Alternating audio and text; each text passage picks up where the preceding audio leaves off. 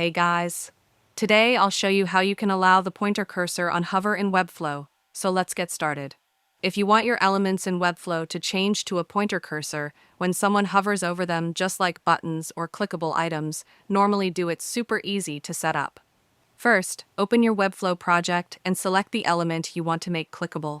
This can be a button, text block, link block, image, or anything you want the user to interact with. After selecting the element, go to the Style panel on the right side. Scroll down until you find the cursor section. By default, it's usually set to auto, which doesn't always show the pointer icon. Click on the drop-down and simply change the cursor style to pointer. Now, whenever someone hovers over that element, the standard hand pointer cursor will appear, making it clear that the item is clickable. If you're applying the pointer cursor to multiple elements, you can also add a class and set the cursor style once Webflow will automatically apply it to all elements with that class.